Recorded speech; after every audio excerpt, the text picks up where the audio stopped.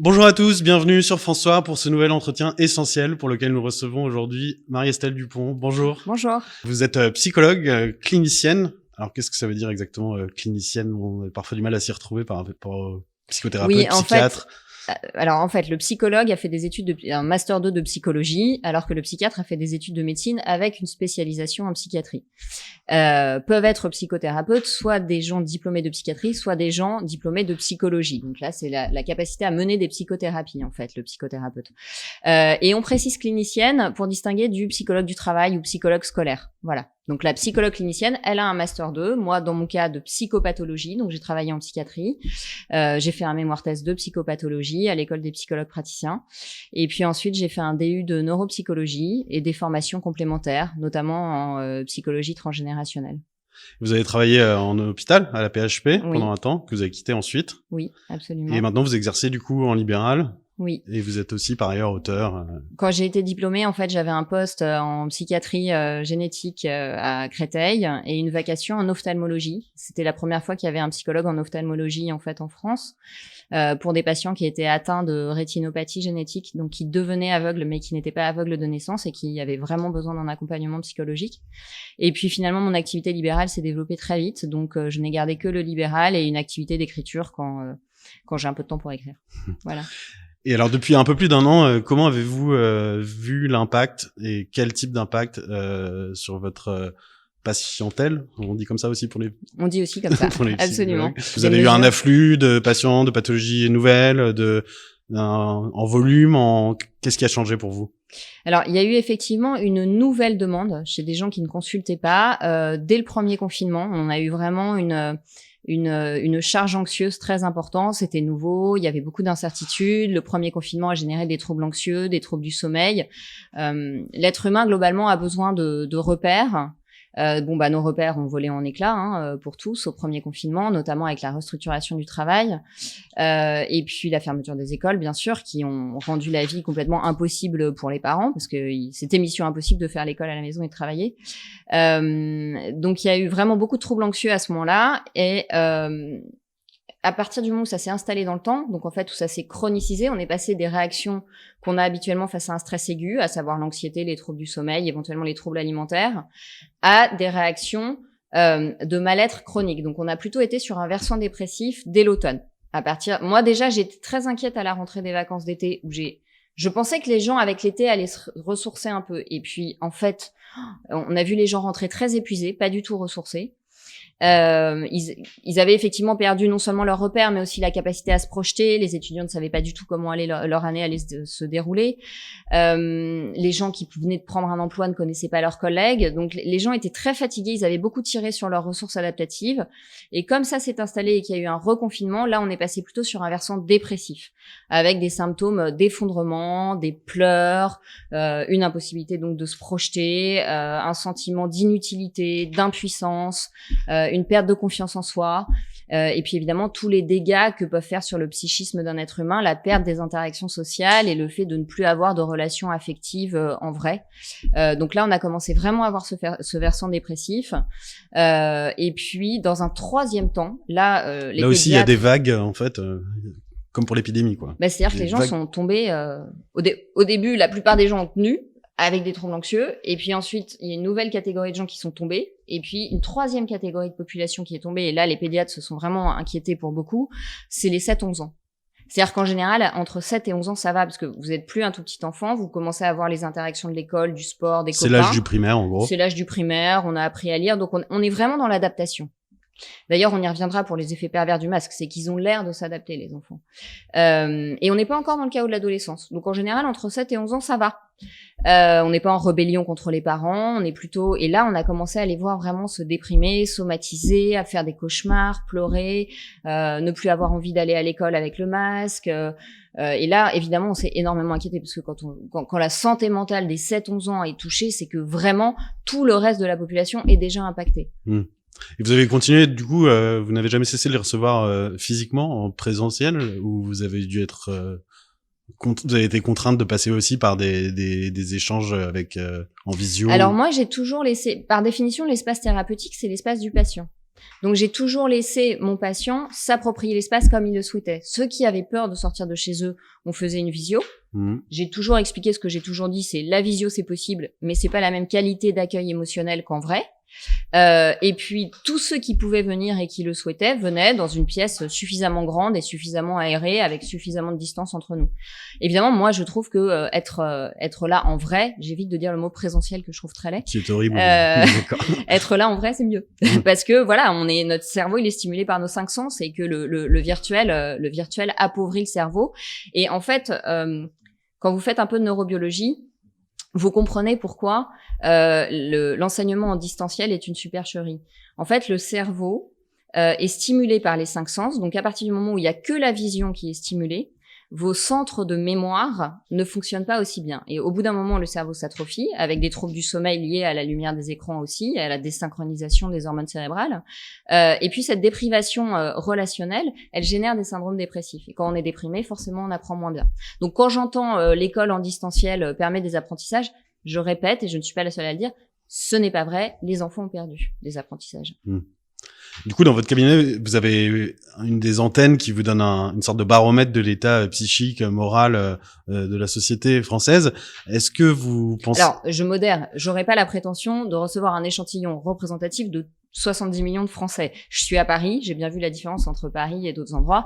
Et puis, j'ai une petite patientèle du fait que j'ai aussi 3 enfants et que je consulte pas 24 heures sur 24. Mais oui, c'était frappant de voir que les gens de tous horizons, aussi bien une DRH, un ado, une mamie, voilà, tous étaient véritablement en souffrance.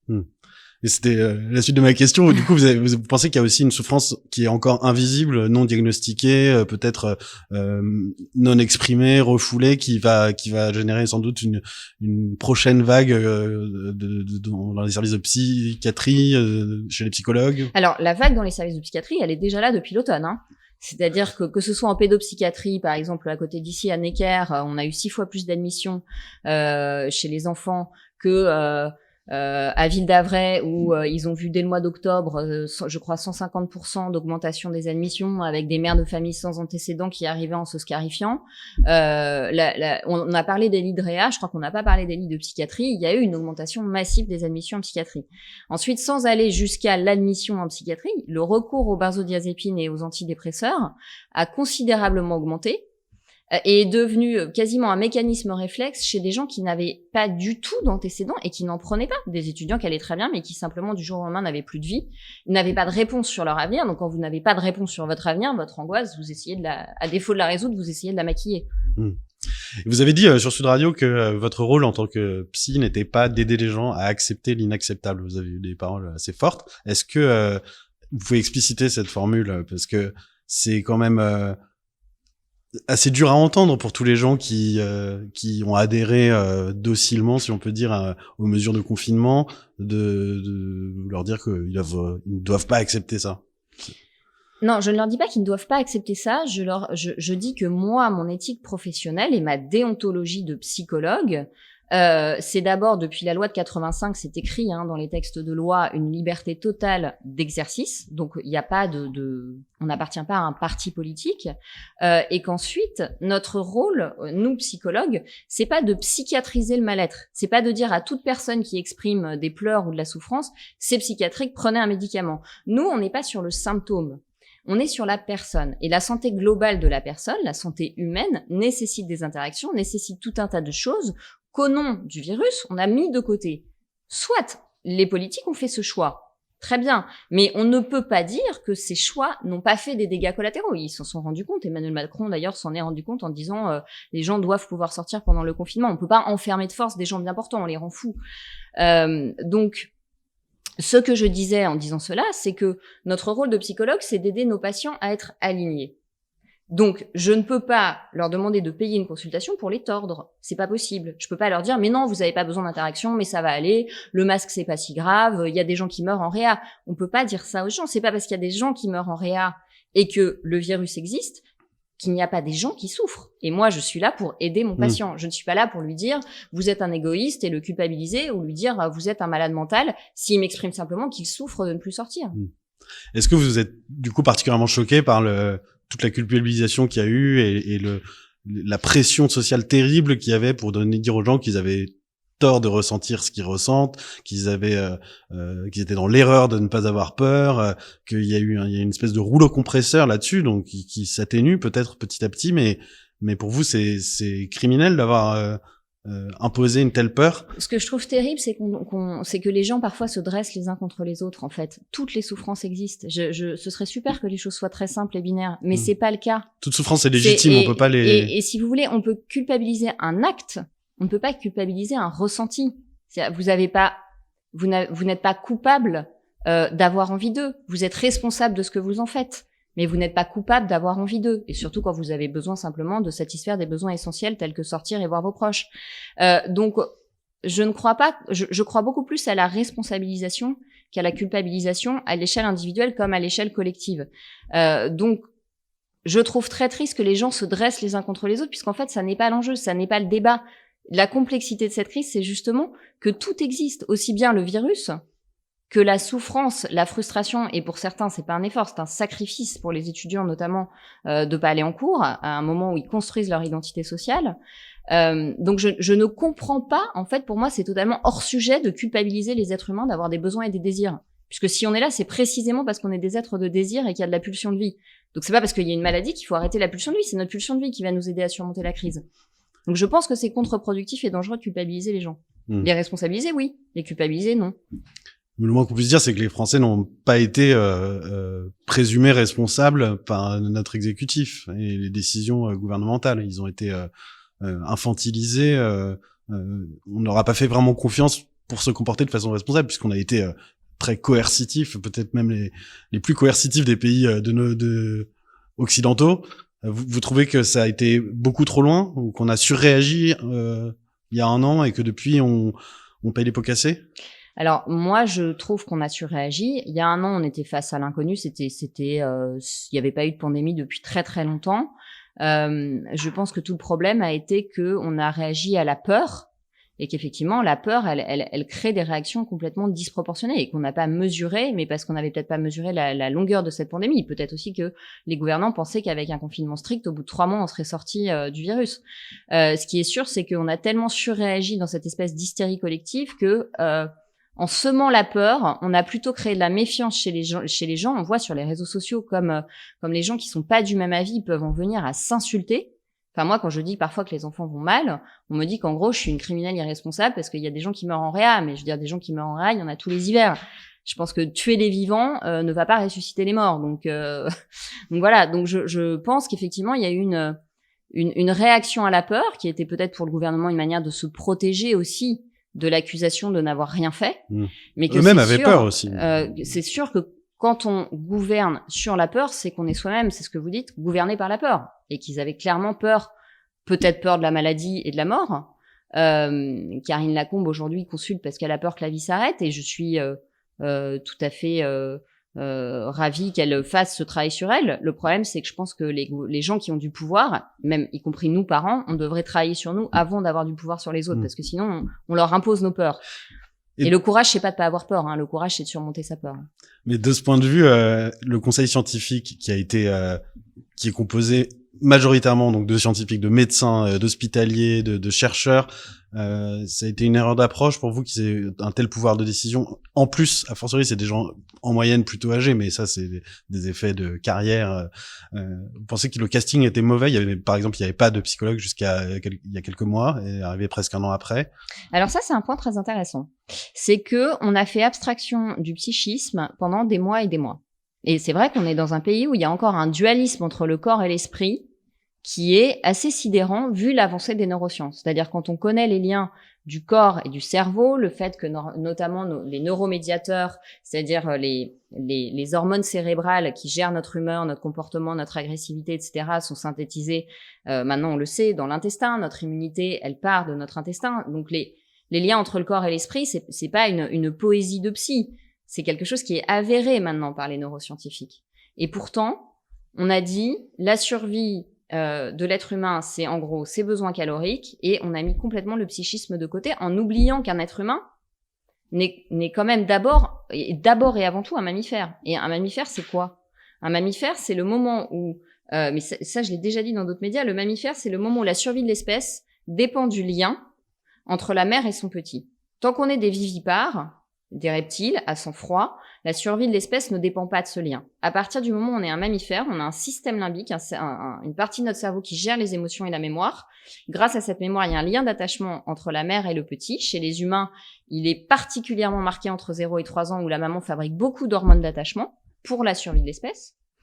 Et cette réalité biologique, il semblerait qu'un grand nombre de médecins l'aient oubliée. Et moi, c'est ça que je ne comprends pas. Pourquoi est-ce qu'on a attendu qu'il y ait des enfants qui se jettent par la fenêtre, des ados qui se scarifient, qui décompensent des anorexies, pour qu'on mette un pédopsie dans le conseil scientifique. Ça, c'est quelque chose que je trouve terrible. Alors j'espère, on va mettre les choses positivement. J'espère que dans l'après-crise, on ne fera plus jamais cette erreur de cliver le corps et l'esprit et de supprimer le psychisme de la santé humaine. Enfin, c'est quand même avec notre psychisme qu'on éduque, qu'on travaille. Et qu'on est des citoyens à peu près respectueux d'autrui et de soi-même. Donc si le psychisme est détruit, on aura des dépressifs, des suicidaires, des gens très agressifs et des casseurs. Je vois pas comment ils pourront reconstruire le pays. Mais est-ce que les dégâts sont rattrapables? Par exemple, les enfants très jeunes qui n'ont vu leurs parents qui avaient un masque ou leur assistante maternelle en crèche, par exemple, les enfants en primaire qui n'ont connu que ceux qui ont 7 ans, par exemple, là, qui n'ont connu que une scolarité masquée. Il faut que ça s'arrête très vite parce que ça laisse des traces traumatiques avec un climat, parce que le masque, c'est pas que le masque. Le masque, c'est tout ce qui va autour, de climat d'anxiété, d'hypervigilance. Tant que vous êtes en train d'essayer de voir à travers vos lunettes pleines de buée, vous vous concentrez pas, donc il y a des dégâts sur les apprentissages terribles.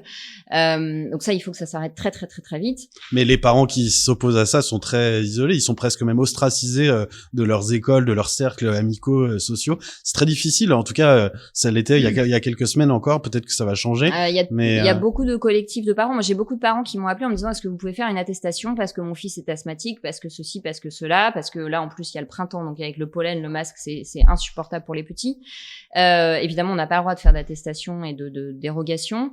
Il y a de plus en plus de parents qui ressentent ça, mais effectivement, comme en face, on met toujours l'argument de oui, mais il y a des gens qui meurent, c'est très difficile pour eux de se faire entendre. Alors que le fait que des enfants soient en souffrance, c'est une réalité. Donc il y a des dégâts.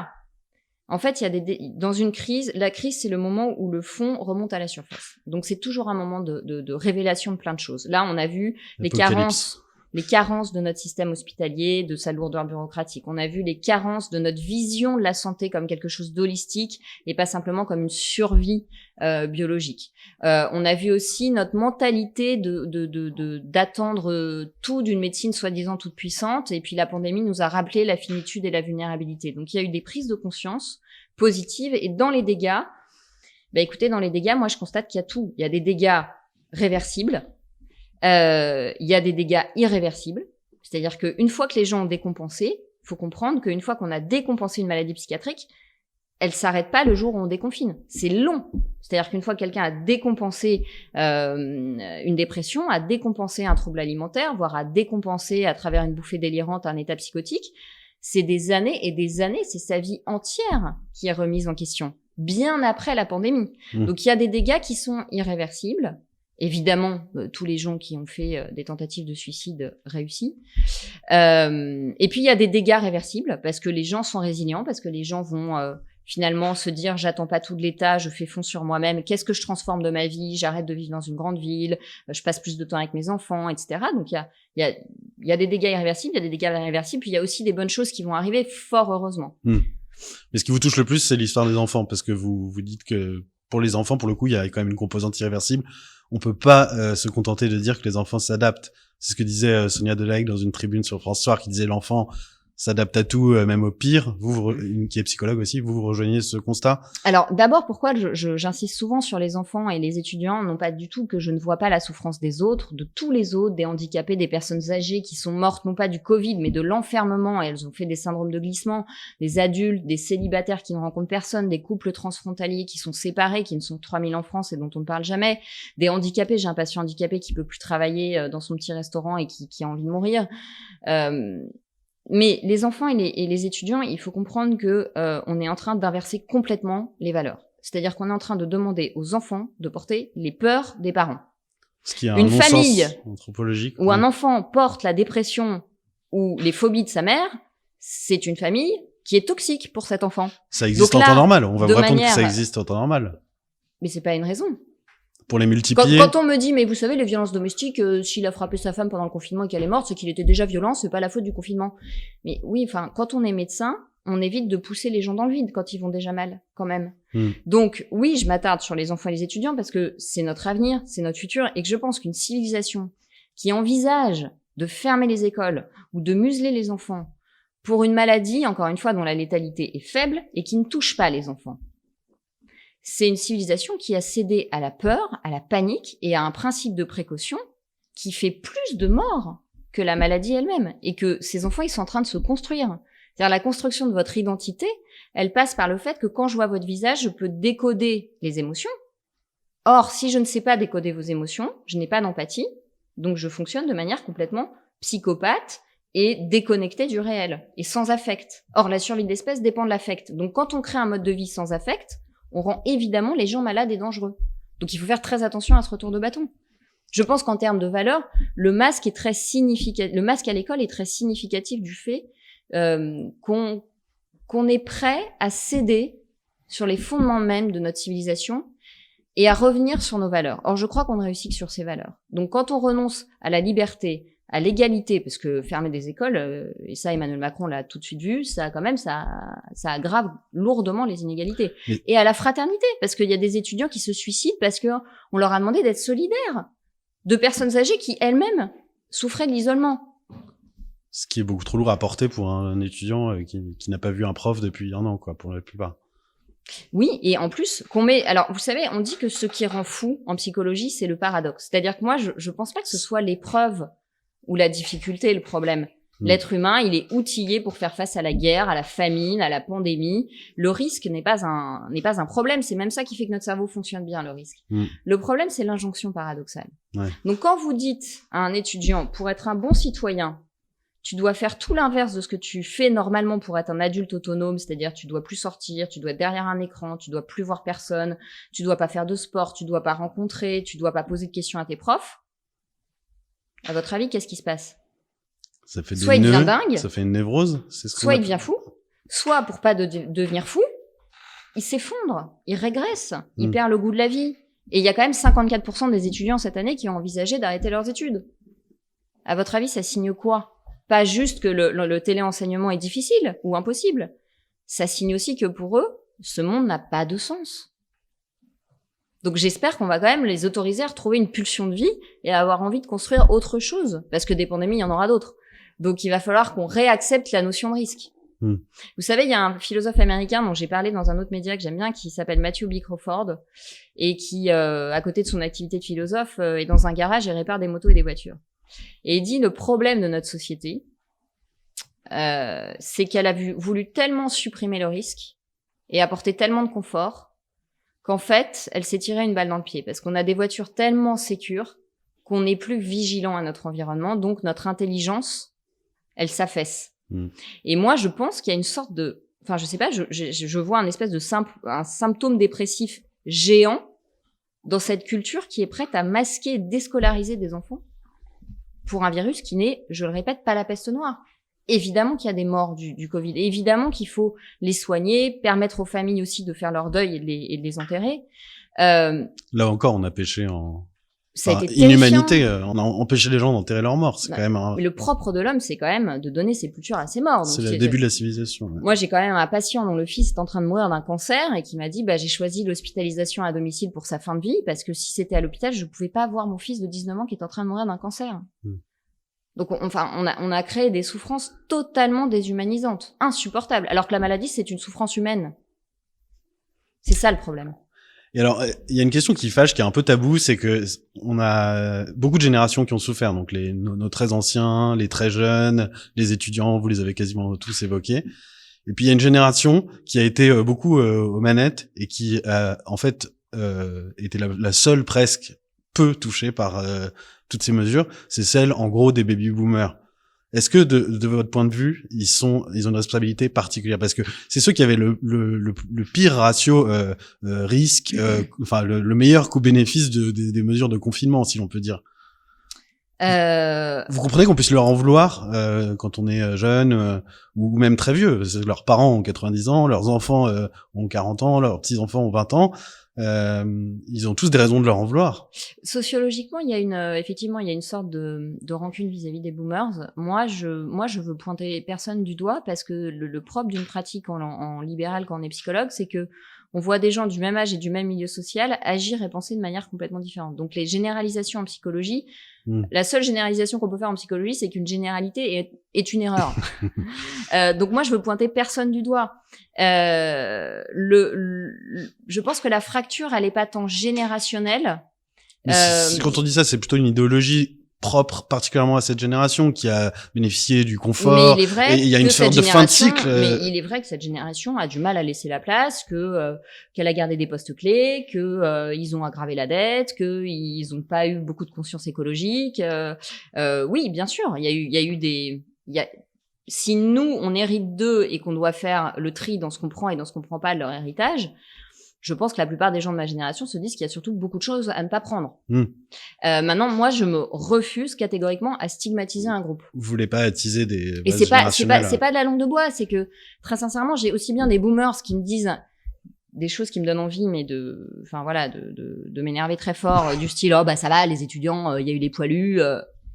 Donc il y a eu les poilus, c'est pas si grave que ça. Alors ça, moi, ça me fait bondir. On aurait eu tout le registre des sophismes de ce genre. Oui, puis alors surtout comment ne jamais rien changer, c'est-à-dire que parce qu'il y a eu des jeunes qui sont, je pense que les jeunes de la guerre de 14 ne se sont pas fait assassiner pour ça aujourd'hui, quoi, pour une société qui se ratatine pour un virus qui a une létalité aussi basse. Enfin, je veux dire, on est indigne, on a perdu la face. Mais j'entends aussi des boomers qui disent mais faut arrêter, moi je me confine parce que je veux que mes enfants ils puissent vivre, ils puissent scolariser mes petits enfants, c'est quoi ce délire? Donc on peut pas généraliser. Ce qui est sûr, c'est que il y a vraiment des gens dans toutes les catégories qui ont souffert. Et les actifs de 40 ans qui se sont retrouvés en télétravail, isolés, avec le couvre-feu et pas de famille. Moi, j'ai eu une tentative de suicide juste chez les voisins. On en a tous vu dans nos cabinets. Ces gens-là, cette génération-là d'actifs a énormément souffert aussi. Donc, il n'y a pas eu on peut pas dire qu'il y a un groupe qui a souffert plus que l'autre. Tout le monde a souffert parce que c'était des mesures qui, tout simplement, niaient des besoins vitaux et des libertés qui ne sont pas des libertés secondaires dont on peut débattre à l'Assemblée nationale. La liberté de sortir, de se toucher, de se voir est une liberté essentielle. Et c'est sûr que quand je vois une petite fille de 6 ans qui me dit « Ah bah moi, je veux plus faire de câlins parce que quand on fait des câlins, on se touche », je suis catastrophée. Quand on connaît l'importance du toucher pour l'immunité et pour prévenir les dépressions, je trouve absolument dramatique que des enfants se soient tellement suradaptés à cette peur ambiante qu'aujourd'hui, ils aient ce type de raisonnement. C'est terrible. C'est terrible. Et d'ailleurs, là, je suis en train d'écrire un article sur le masque à l'école parce que on ne peut pas se permettre une nouvelle année scolaire avec le masque à l'école. Pour le Figaro, on mettra le lien pour nos lecteurs.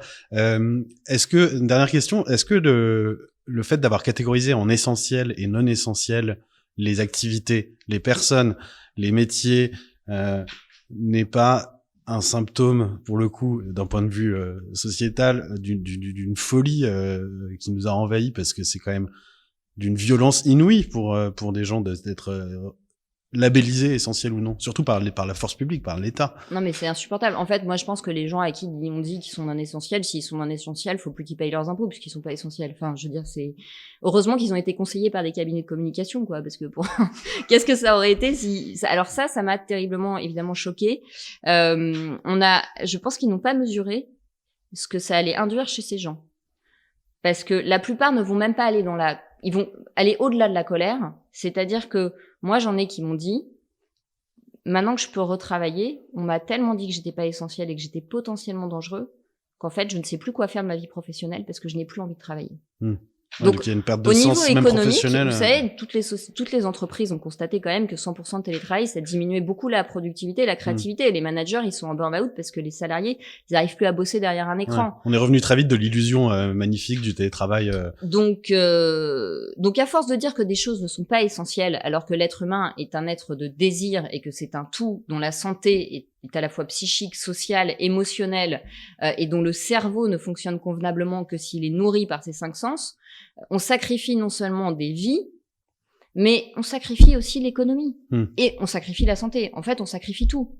Puisque quand vous dites à quelqu'un qu'il n'est pas essentiel et qu'il peut rester enfermé chez lui entre 4 murs, où est-ce qu'il va aller s'inspirer pour travailler? Je veux dire, même si on prend un argument strictement de rentabilité économique. Oui, mais même celui-là ne tient pas d'ailleurs. Il ne tient pas. Il ne tient pas. Les entreprises, elles le constatent. Qu'il faut faire revenir les salariés, à temps partiel au moins. Et quand on regardera dans 10 ou 50 ans, cette période, est-ce qu'on y verra, ou est-ce que vous y voyez déjà un déclin vraiment civilisationnel d'une société qui ne sait plus ce qu'est la vie, la mort, qui a perdu la mesure des choses? Alors moi, j'ai pas envie de diffuser de la dépression parce que c'est pas mon métier. On peut finir sur une note d'espoir si vous préférez. Plutôt qu'y voir une fin, je préfère... Alors, quand c'est la fin d'un cycle, c'est le début d'autre chose. Hein. C'est le propre de la crise. Je préférerais y voir le début d'une prise de conscience. D'une prise de conscience sur la santé, que la santé, en fait, et l'écologie, ça va ensemble, que la santé humaine est un tout, qu'on ne peut plus inverser les valeurs en faisant porter les adultes aux enfants et aux jeunes, c'est pas possible, que la vie humaine n'est pas réductible à la survie, que la santé n'est pas réductible à l'éviction d'un virus, et j'espère que c'est la fin de l'ère de l'illusion de toute puissance, où allez, un peu d'analgésique, un peu d'antidépresseur, un peu de transhumanisme et je suis immortel, et qu'au contraire, on va rentrer dans une ère où on va réintégrer l'existence humaine dans ses conditions, à savoir la vie, la mort, la souffrance, la solitude. Tout ça, ça fait partie de la vie. Mais si on en fait des catastrophes, c'est là qu'on crée des dégâts infinis. Donc j'espère plutôt qu'on va rentrer dans une ère où on va comprendre que sur une planète de plus en plus peuplée, avec une population de plus en plus âgée et polypathologique qui se déplace, des virus potentiellement pandémiques, il y en aura d'autres. Et sans doute des pires. Et que c'est pas en s'enfermant dans un bunker qu'on aura une réaction adaptée, parce que la pauvreté, elle a déjà doublé en 1 an, donc si on veut fuir, je crois qu'il va falloir sortir de nos peurs, et j'espère qu'on est au début d'une ère de courage, où on va sortir de la peur, accepter le réel, trouver des stratégies bien évidemment, il s'agit pas de laisser mourir les gens d'un virus, mais surmonter nos peurs plutôt que se calfeutrer, régresser dans une espèce de cocon artificiel dont au bout d'un moment les gens ne voudront plus sortir avec un syndrome de la cabane parce que finalement ils peuvent tout acheter en ligne, ils peuvent tout se faire livrer et qu'ils se voient plus et que comme ils se voient plus, bah ils meurent parce que quand on n'a pas d'interaction, l'espérance de vie elle diminue. On dépérit, ouais. Est-ce que vous pensez qu'on sera capable de faire cet inventaire pour corriger le tir et avancer vers un avenir plus lumineux? Je le souhaite. 100% des gens ne sont pas déprimés, fatalistes et complètement découragés. Donc, je souhaite vraiment qu'il y ait ce mouvement. Mais voilà, je lis pas dans le mar de café l'avenir de l'humanité. Mais j'espère vraiment que ce mouvement, que les jeunes vont y aller et qu'on va être soutenant avec eux et qu'on va vraiment tous faire un travail d'introspection sur nos peurs, nos priorités et nos valeurs. Parce que là, on a oublié nos valeurs. Donc on s'est déshumanisé, donc forcément on est allé à l'encontre du bien de l'humanité. Donc il va vraiment falloir qu'on sorte de notre coquille. Merci beaucoup Marie-Estelle Dupont de nous avoir accordé cet entretien essentiel. On espère que vos paroles positives et pleines d'espoir seront entendues pour la suite. Merci à tous de nous avoir suivis sur France Soir et à bientôt sur francesoir.fr. Au revoir.